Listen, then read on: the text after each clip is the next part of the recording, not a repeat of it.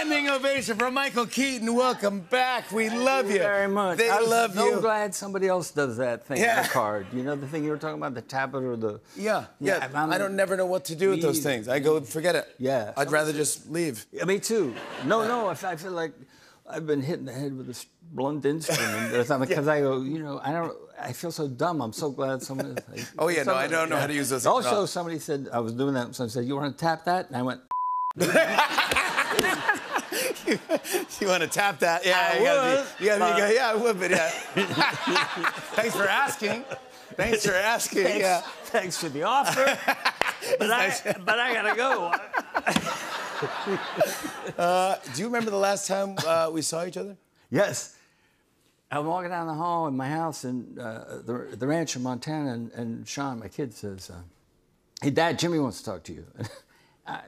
I'm sorry, but it was out of the blue. I said, "Okay, Jimmy who?" Yeah, of course, yeah, of course, yeah. No, I didn't know. I knew you guys were going to do this a couple of tunes together. Yeah, well, he's very talented. Your son is so talented. Yeah, thanks. Sean Douglas, so talented. He wrote the song with me and Meghan Trainor. Yeah. And he's done other ones with Meghan Trainor. Mother, he did. But anyways, I'm talking... What's that one? Made You Look? Made You Look. Yeah, he crushed. He's brilliant. So we're working on the song together. Right. And I'm nervous. I'm FaceTiming with Meghan Trainor. And then you... just jump on. You get on Sean's face, and you're like, "What's up, Jimmy? How you doing, man?" Yeah. And then you leave, and Meghan Trainor's like, "Did I just see Batman?" that was the coolest thing I've ever seen. It was. Yeah. It was very cool to see you doing that. I just knew the two of you would, I said, "Oh, man, that's perfect." We hit it off. He's so talented. Yeah. And he has 2 kids, right? Does he? Yeah, Sean's got a couple of children, my grandchildren, Yeah. Are you a cool grandpa? Are you psyched to be grandpa? I'm not really that crazy about him. No.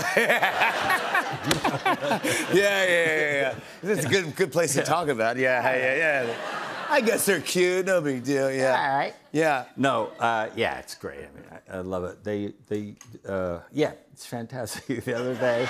No, it is. It is. It's so good. I don't even know where to start. People get tired of hearing me. I'm in the car. I'm in the car the other day. They have no, they're 7 and 5. They have no sense of, what to do when, like they should when they're 7 or 5. But still, I'm in the car, I'm driving, with 2 of them in the back. We're going somewhere, like I do. I take them everywhere. We're in the back, and I hear them talking. I hear them talking in the back. And it's something like, no, he doesn't, or something. I'm not paying any attention, I'm driving. I go, yeah, look, do you see this? And then I hear them saying things like, no, he has some hair in the back, see? I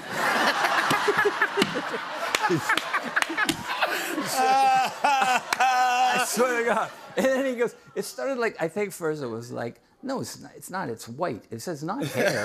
They're talking about you. They're breaking it down, And I put it together, it's I can hear you. Yeah, of course. I'm right here.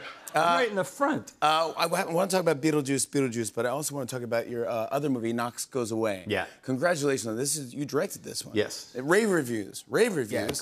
And it's a great cast. Oh, man. James Marsden, Marcia Gay Harden. Yeah. And Al Pacino. No, you're out of order. No, you're out of order. You're out of order.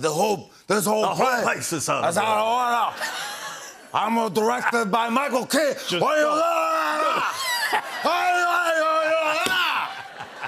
right, Al, let's do one more. Take it down a little bit. That's the worst Al Pacino impression I've ever done. No, it's pretty good, though. All right, thank you, yeah. But what is it inaccurate. Yeah. Inaccurate, because he was fantastic. He's unbelievable. When I called him to do the movie, he was so cool. And I said, look, we had a long conversation. I'm in my house, and I'm walking around. And I bore the hell out of myself just talking about acting. I actually like to hear it from other people. Me, not so much. So I say, Al, here's the way I'm seeing this thing, and what do you think, and blah, blah, blah, blah, blah, blah. He says, well, and then he starts to talk to me.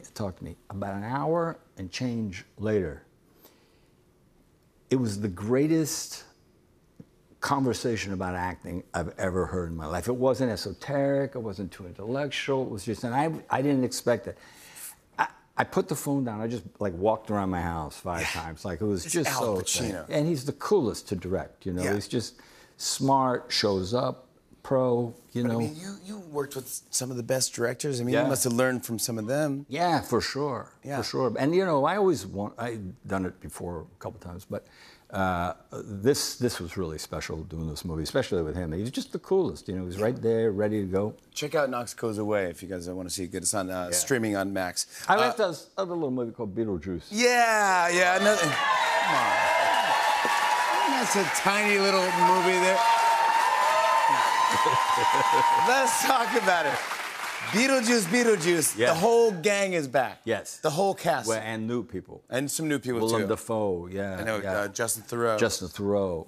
Those guys. Jenna Ortega. Yes, she's so cool. Oh, she's fantastic. Coolest. Did you, when you were doing this and this character and this person, Yeah. did you know immediately like, oh, this is gonna be a hit, or was it an immediate yes, or you go, I have a take on this? Yeah. Or? First of all, when you say this person, I think that's stretching it. Yeah, it's it. Yeah, this creature, Thing. this thing. Yeah, exactly. You know what was great? It was no one was paying attention. The studio wasn't really paying attention. We were shooting in this little studio down in Culver City. No one was really looking over our shoulders. I had met Tim a couple of times. Well, so I meet this guy. Someone says, you have to meet this young guy named Tim Burton. He has an idea for a movie. I said, okay. And they told me about Pee-wee's Big Adventure. I said, yeah, all right. I had no idea what he was talking about. I had like 3 meetings. I said, man, I like this guy. I really like him. I know there's something. I have no idea what he's talking about. When he was pitching me Beetlejuice, I said, I'd ask him 1,000 questions. It's kind of a hard pitch. It is a totally hard pitch. You can't. So I go home. He said a couple of things to me that kind of stuck in my head. And I said, honestly, give me the night. I don't know, man. So I went home. I was leasing this house. I had like 4 pieces of furniture in the whole house. And I said, give me wardrobe from every period of time, you know, from just from different centuries, because he said something that stuck in my brain, and I said, okay, and then I went home, dude, it's concerning when I look at myself and go, what was wrong with me that I thought of this guy? You know, I don't even know where, I just created this thing, the teeth and the nose and I knew I wanted a walk. I knew I wanted some stupid walk. Yeah, you have a great walk. Yeah, great walk. But also great wig, too, the hair. Oh, yeah. I wanted it, like I said, I don't care what color it is. He had the stripe thing and the white face and the big eyes thing, and I said, the hair should be like that the whole time, you know? In fact, it bugged me. If it would sag, I'd keep pushing it up like this, you know? Yeah. And it ended up with this character, I want to talk to you more about this when we come back. More with Michael Keaton, talking about Beetlejuice. Come on back.